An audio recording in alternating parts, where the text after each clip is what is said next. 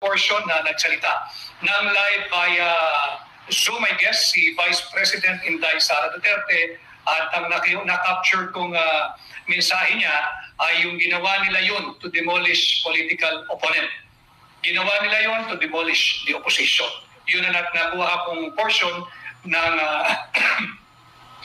naging pahayag ni Vice President Inday Sara Duterte. Ang ating pong title ay Nasaan ang Due Process. Ito yung lumabas kanina na talagang salat doon sa tinatawag na due process. Nung inaresto si Tatay Digong at inilipad palabas ng bansa. Laban sa kanyang kagustuhan, walang consent, at in spite and despite of his vehement objection that he be brought before a court of competent jurisdiction, before a competent judicial authority as provided for by Article 59. Naririnig nyo rin kanina, madalas yan, Article 59 ng Rome Statute. Ano po ulit yung Article 59 ng Rome Statute? Ang sinasabi lamang po nun, to simplify, lahat ng taong maaaresto o pakay ng pag-aresto base sa isang warrant of arrest na inisyu ng International Criminal Court, dapat po itong dalhin sa isang competent judicial authority with emphasis on judicial, hindi competent authority from the executive branch of government. Malinaw po roon, competent judicial authority. So therefore, yung Article 59 left no other room for interpretation. Judicial authority. Sa korte, sa huwes, sa hukom o sa maestrado, dapat dalhin ang taong pakay ng warrant of arrest o ang taong inaresto base sa isang warrant of arrest na inisyu ng isang banyagang jurisdiction, ng isang banyagang korte katulad ng International Criminal Court. Napag-alaman sa hearing kanina na ito ay hindi ibinigay sa akusado. Ito ay hindi ibinigay sa arestado. Ito ay hindi ibinigay kay Tatay Digong, isang Pilipino na dapat sana ay usigin ng korte dito sa Pilipinas, hindi ng banyagang korte, na dapat sana ay usigin ng Pilipinong mang-uusig o prosecutor, hindi banyagang taga-usig, at higit sa lahat, dapat siyang litisin at husgahan ng isang lokal o Pilipinong maestrado at korte sa Pilipinas, hindi ng banyagang maestrado, hindi ng banyagang korte, at hindi ng banyagang jurisdiction. Malinaw po doon, pinaliwanag kanina.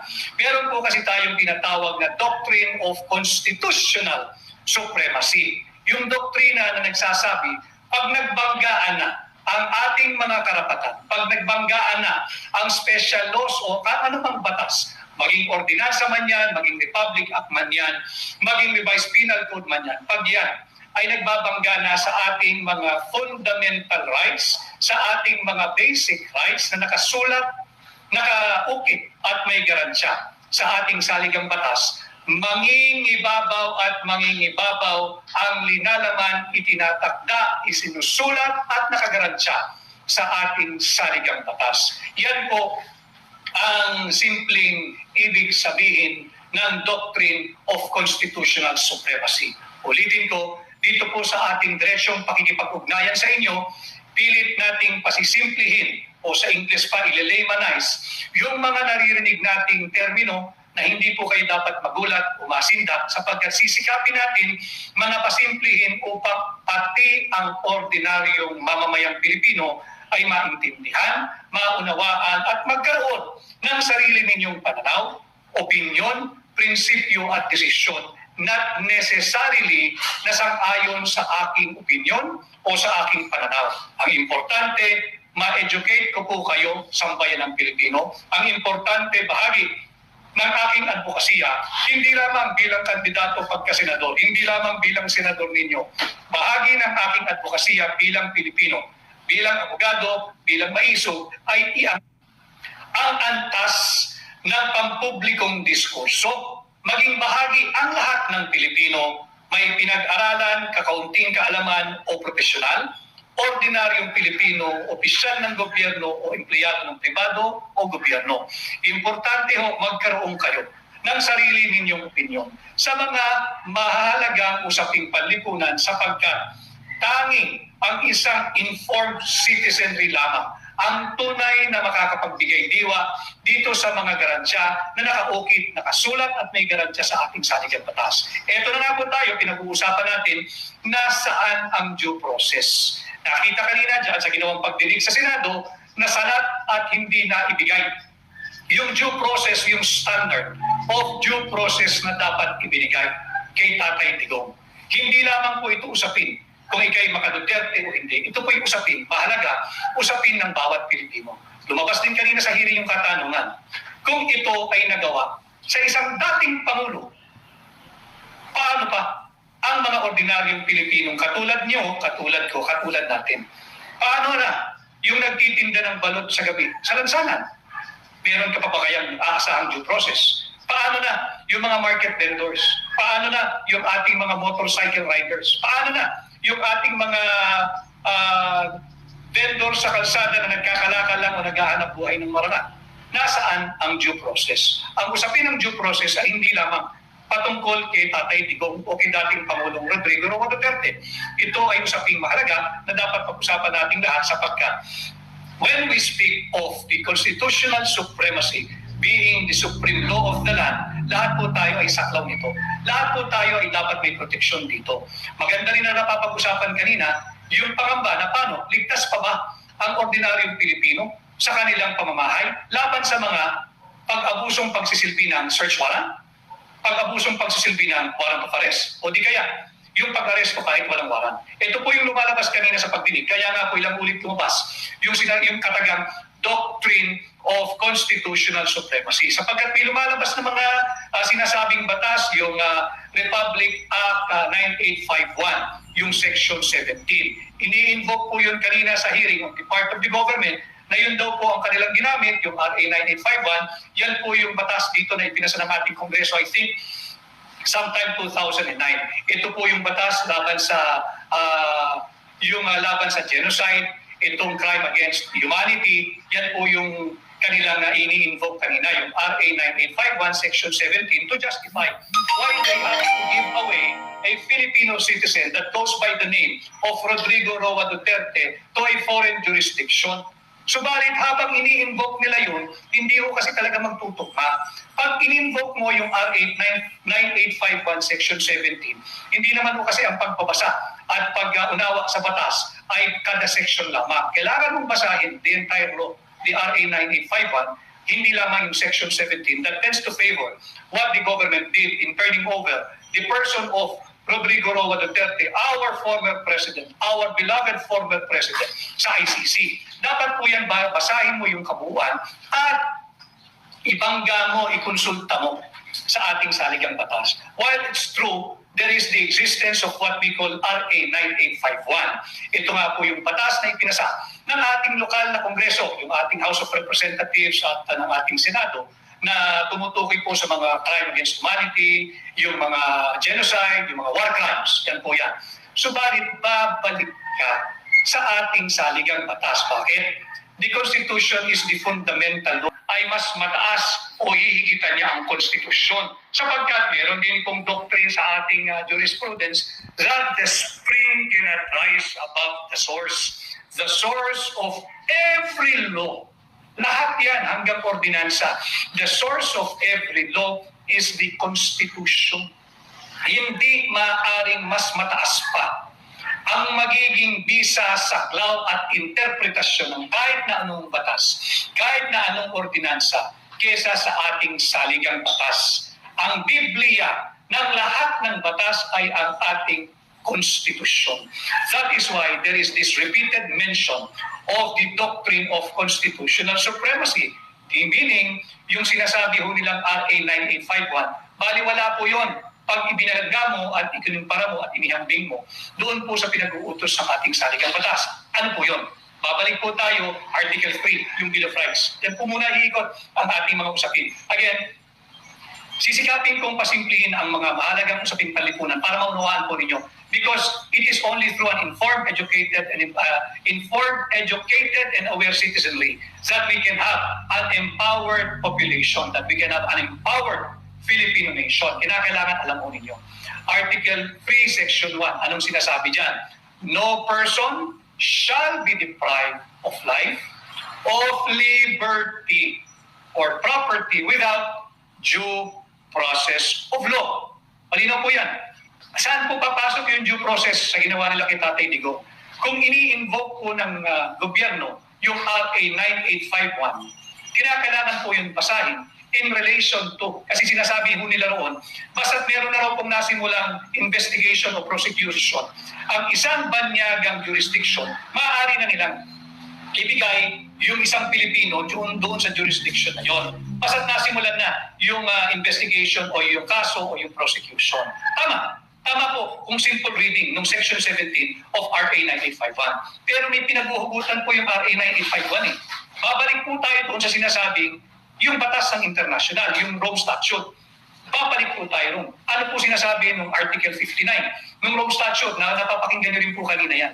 Lahat ng inaresto o aarestohin na Pilipino na saklaw ng tinatawag na warrant of arrest na inisyu ng International Criminal Court ay dapat agad-agad, walang delay. Hindi mamaya, hindi bukas, hindi sa susunod na linggo, hindi 6 months from today. Agad-agad, ora mismo, dapat ay dalhin sa isang competent judicial authority.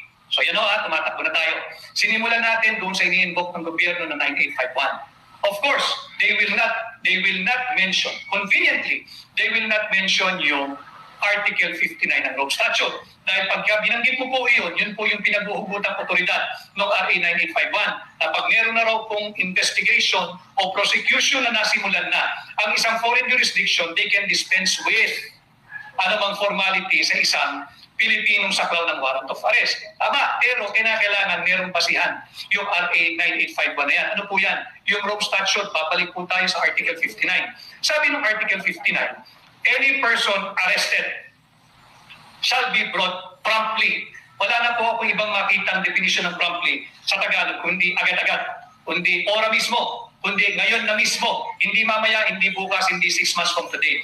Ngayon na mismo, yung tao arestado, dapat mong dalhin without any delay sa isang competent judicial authority. Mahalaga po yun ha, yung competent, syempre lahat naman ng judicial authority, pero competent judicial authority. Meaning, tanging sa korte mo lang dadalhin yung taong inaresto mo base sa isang warrant na inisyu ng ICC according to Article 59 in relation to RA 9851. Malinaw po tayo ha. Ngayon, binigay ba kay Pangulong Duterte yung natatangi niyang request? Malinaw po ito. Noong kami pong mga local lawyers niya ay nag-meeting noong March 13. Malinaw na binanggit sa amin ni Attorney Martin Delgra, isa lang ang hiningi ni Pangulong Duterte.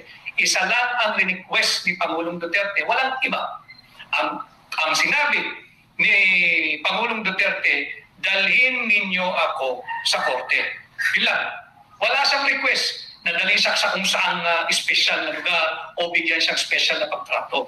Isa lang ang request niya, dalhin ninyo ako sa korte. Bakit? Nalalaman niya yung kanyang karapatan bilang dating Pangulo, bilang dating prosecutor, bilang abogado, at higit sa lahat bilang Pilipino. Alam niya that the Constitution, the 1987 Constitution, hindi naman suspended yan. It is working, it is functioning, so alam niya yung kanyang karapatan. Hiningi niyang dalhin siya sa korte. Bakit? I-invoke na rin niya dyan yung kanyang karapatan under Article 3, Section 1. No person shall be deprived of liberty. And under arrest ka na hindi ka na makagalaw Any moment na hindi mo na magalaw ang iyong freedom, under arrest ka na niyan, restricted na movement mo You can now invoke kung ano man yung mga related laws. In-invoke po niya yan Yung dalhin ninyo ako sa competent judicial authority because he knows Article 59 of the Rome Statute. Pangalawa, yung Article 3, Section 1, that no person shall be deprived of life, liberty, without due process of law. Again, may due process ba? Anong nangyari dun sa tinatawag nating constitutional supremacy, yung doctrine of constitutional supremacy? Pangalawa, meron pa rin ng isang related constitutional guarantee. Diyan pa rin hindi tayo lalayo sa ating Bill of Rights. Article 3, Section 14. No person. This provision starts in the negative. No. Ibig sabihin, hindi pwede. Bawal. No person shall be held to answer for a criminal offense. Yan po, nasa saligang batas. Ulitin natin yan. Without due process of law. Pangalawang beses na po yan. Unang-una, Article 3, Section 1. Nabanggit na po yan. Walang pwedeng pagdamutan o ipagkait ang iyong karapatan at kalayaan ng walang due process of law. Tumungo po tayo sa isa pang constitutional provision, Article 3, Section 14, which starts in the negative. No person shall be held to answer for a criminal offense. Hindi ba criminal offense yung kanyang ibinibintang sa kanya ng ICC? Okay. No person shall be held to answer for a criminal offense without due process of law. Dalawang provision na po yan. Article 3, Section 1, Article 3, Section 14. Ay lamang po ha. Kay Ann, guys, wag magpabudol muli. Vote straight, DDS. Maraming salamat. Kay Kenji, gusto kong pabalikin nila si Duterte because that is the only way to rectify the wrong that was done to him. Aladin Manabilang, tulungan natin si Rodriguez para manalo sa eleksyon. Salamat po kay Johar A. The best leader, President Rodrigo Duterte, bring him home, bring home Tatay Digong. So, yan o, dalawang constitutional provision na tayo. Maganda rin no, and I'd like to give my respect dito kay Professor Attorney Alexis Medina. Professor Alexis Medina, Attorney Alexis Medina, salud to you, Panyero, isa kang maisog. He was there as a resource person. Wala siyang pinanigan. Batas lang. Pinaalala rin niya, Article 3, Section 6. Mahalaga din po ito sapagkat ito na nga yung nangyari kay Pangulong Duterte. Yung liberty of abode and of changing the same and the right to travel shall not be impaired. Yung liberty of abode, yung kanyang kalayaan, mamili kung saan siya titira, walang pakialam ang kahit na sino man. Basta't wala kang inaagrabyado. In-invoke na niya. If you are going to arrest me, si Pangulong Duterte po ito, kung siya'y aarestuhin at kung siya'y arestado na, dalhin siya sa isang competent judicial authority. Hindi rin po nangyari yun. Ulitin ko, hindi naman siya nakaalis sa Villamor Air Base. Wala rin kayong nakita. For expediency, for convenience, or for practicality, wala rin kayong nakita ng miyembro ng buko o kahit na sinong maestrado doon na dinala ng ating kapulisan upang ipaliwanag o i-explain o tingnan yung legality ng dokumento na galing sa ICC. Bakit mahalaga po yun? Article 59. Because hindi ho pwedeng iwasan yung Article 59 ng Rome Statute dahil iginigit ng gobyerno may jurisdiction yung ICC. Pag sinabi mong may jurisdiction yung ICC, mayroong pinaghuhugutang batas yan, local man or international. Ang pinaghuhugutang batas ng kanilang invocation na may jurisdiction ng ICC through the Interpol ay yung Rome Statute. Ano naman po yung kahalagahan ng Rome Statute? Balikan natin yung Article 59. Malinaw doon. Lahat ng taong inaresto by virtue of a warrant of arrest issued by the International Criminal Court shall be brought to a competent judicial authority of the sovereign nation. Sino po yun? Ang Pilipinas. Dito siya inaresto Dalhin mo sa competent judicial authority ng Pilipinas. Hindi po nangyari yon. So, nasaan ang due process ni Tatay Digong? Nasaan yung tinatawag nating doctrine of constitutional supremacy? Nasaan yung tinatawag nating hierarchy of rights? Asaan ang ranggo ng ating mga karapatan? Ulitin ko, pag sinabi mong doctrine of constitutional supremacy at mayroong conflict o bangga sa pagitan ng isang karapatan mo sa ilalim ng special law, ng revised penal code o kung ano man na local ordinance o kung ano mang lokal na batas, hindi po siya pwedeng mas mataas. Hindi po siya pwedeng mas mahigit sa itinatakda ng ating saligang batas. The Constitution serves as a limitation to all the many powers, the enormous powers of the government. Yan ang preno sa napakakapangyarihang gobyerno. Kaya tayo may saligang batas, kaya tayo may Bill of Rights. Ano nga po yun? Article 3, Section 1. No person shall be deprived of liberty without due process of law. Article 3, Section 14. No person, simula pa lang negative name, no person shall be held to answer for a criminal offense without due process of law. Article 3, Section 14. Article 3, Section 6. yung liberty of abode and of changing the same. Kung saan ka maninirahan, ay hindi mo rin pwedeng labagin yan. It shall not be impaired. Ang bibigat po ng salita at garansya ng saligang batas shall not be impaired. No moment that you can ever violate that. Sagrado po yan. Hindi mo siya pwedeng ilipad against his will papunta sa isang banyagang jurisdiction at ikulong doon sa dahig sa ICC. Bakit? Ulitin ko, bukas po ang lahat ng antas ng ating korte. Bukas po ang lahat ng tanggapan ng Office of the Prosecutor. Bukas po ang lahat ng law enforcement body natin na may kapangyarihang magsagawa ng investigation. Trace back tayo ulit. Hindi pwedeng sabihin mas makapangyarihan yung ICC sa ating Korte Suprema. Wala pong basihan yun. Again, we will go back to the doctrine of constitutional supremacy. Pagdating dito, wala pong bisa ang ICC kung hindi papaintulutan ng gobyerno. Pero hindi rin po instant yung pagbibigay sa ating kapwa Pilipino sa kamay ng mga banyaga. Dahil kinakailangan po yan dumaan sa kamay ng competent judicial authority na establish na rin po yan kanina. Tanging korte lamang ang may karapatang mag-interpret kung ano man ang linalaman ng batas. Kung ito may conflict sa isa't isa, tanging korte lamang ang may karapatang ipaliwanag ito at bigyang buhay ang tunay na kahulugan ng kahit na anong batas. Kanya nga po tayo Korte Suprema at bukas po Korte Suprema. Katunayan, inaaresto po si Pangulong, nung arestado na si Pangulong Duterte, umabot naman yung petition for certiorari and prohibition sa Korte Suprema. Tumakbo rin kami sa Korte Suprema. Just in the nick of time, bago magsara, yung dapat section niya, I think, natatakan niya around 4:50. Ang pagsasara po niya ay around 4:30. And even that, again, President Duterte was denied of his right as an accused. He was denied of his right to a counsel at every stage of his arrest. Anong patunay? Di nga po pinapasok yung magnotaryo nung kanyang affidavit. Importante po yun. Dahil pag yan, nagsampa ka ng isang petition at yung affidavit o yung verification ay hindi po ito notaryado, ang tawag po dyan ay mere scrap of paper. Karapatan po yun ng akusado o ng arestado. Hindi rin po yun malayang ibinigay sa kanya. Kaya ang ating titulo, nasaan ang due process? Pwede po kayo magkomento meron nagkomento kanina. Yung pangalan nung nagpapaliwanag na meron daw po, pinipilit i-justify yung diffusion versus red notice. Pinipilit na yung diffusion is similar to a warrant of arrest or a red notice. Mali po yun.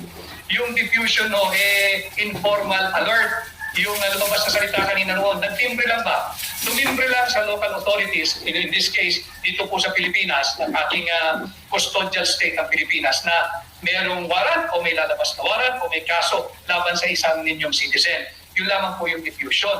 At kahit nasabihin, for the sake of argument without surrendering the position of the defense, na yan ay isang may halimpulan sa isang warrant of arrest, babalik nga tayo sa Rule 59 yung Article 59 ng Rome Statute, kinakailangan mo pa rin dalhin yung arestado sa isang competent judicial authority kahit pa i-invoke mo yung sinasabing Section 17 ng RA 9851. Ang basihan po ng RA 9851 ay yung Rome Statute. Kaya nga po nagpasa ng local law in support of yung Rome Statute na paano may implement yung provisions ng Rome Statute in the event may mga ganong kaso magaganap o violation na magaganap sa Pilipinas. Kinakailangan mo ng enabling law, yun nga po yung RA 9851. Subalit, yung RA 9851, you have to be read in relation to and in conjunction with the provision of the Rome Statute, yung Article 59. At pag nabasa niyo na po yan, babalik ka sa fundamental law of the land. Because there is no other supreme law than our Constitution. And the Constitution is very categorical. No person shall be deprived of his liberty without due process of law. Who affords you now the due process? It's the court. It's the court. Tanging korte lamang. Oliver De La Fera, ano po mangyayari na claim or compensation against ICC if Tatay Digong is proven not guilty? Oliver, aaralin natin, hindi ko nalalaman if he will be entitled to any form of compensation, pero hindi po mahalaga yung compensation Ang importante, yung kanyang liberty. Ang importante yung kanyang karapatan. Ang importante yung kanyang dignidad bilang tao, bilang isang Pilipino. Bilang isang Pilipino. Kaya mahalaga na lahat tayo ay kasali sa usaping ito. Napakahalaga nito, hindi po ito confined or contained sa Pilipinas lang. Kung wala tayong malinaw na posisyon o paninindigan bilang Pilipino, pinakakaya po tayo. Imaginin mo, hindi lang kababayan natin, hindi lang Pilipino o hindi. Dating Pangulo na ang ngalan ay Rodrigo nandoon sa ICC. Ahayaan ba natin na ang isang Pilipino ay nasa kamay ng banyaga na siya'y uusigin ng isang banyagang taga-usig, siya'y lilitisin sa isang banyagang korte, siya'y huhusgahan ng mga banyagang maestrado? Pilipino po yun. Pilipino po yun. Kinakailangan naiintindihan natin, naunawaan natin ang mga ganitong napakahalagang. Thank you for watching, guys. Just click on my YouTube channel, Al Johnny Rick.